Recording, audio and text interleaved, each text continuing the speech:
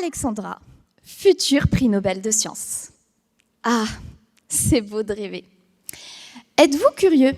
Moi, oui. Je m'intéresse à une maladie rare du foie, appelée le déficit en alpha-1 antitrypsine. Cette protéine au nom barbare, je vous l'accorde, nous l'appellerons la protéine A. Cette protéine A est libérée par le foie, sauf lorsqu'elle est anormale.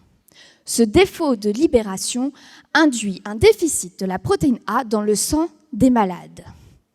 Elle s'accumule dans les cellules du foie au lieu d'être libérée et peut également induire des dommages au foie pour certains patients, comme la cirrhose ou le cancer. Malheureusement, il n'existe aucun traitement. Et il est donc crucial d'en trouver un.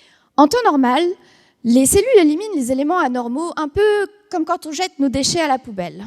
Mais pourquoi cette protéine anormale n'est-elle pas éliminée? Que pensez-vous si je vous disais que j'ai potentiellement la solution? Mon but est de mieux comprendre les mécanismes impliqués lors de cette élimination qui semble défectueuse afin de trouver un traitement. J'ai pris des cellules du foie qui possèdent soit la protéine A normale, soit anormale. Ces cellules ne sont pas encore malades, ce qui me permet de voir ce qui fait défaut avant.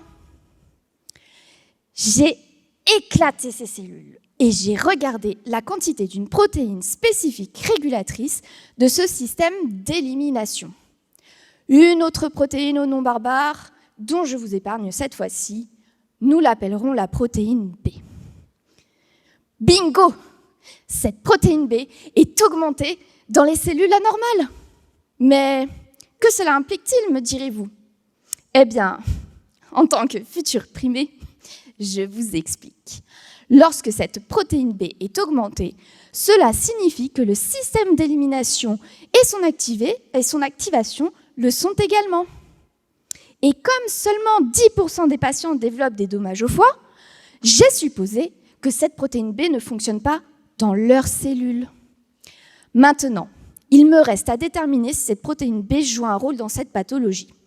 J'ai repris les mêmes cellules et avec des petits ciseaux, j'ai coupé cette protéine B afin de vérifier son importance. Si les cellules avec la protéine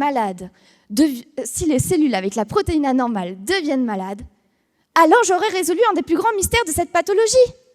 Enfin, j'aimerais utiliser cette protéine B comme potentiel traitement afin de soigner tous ces patients, ce qui est impossible à l'heure actuelle. Alors, mon prix Nobel, j'y ai droit selon vous?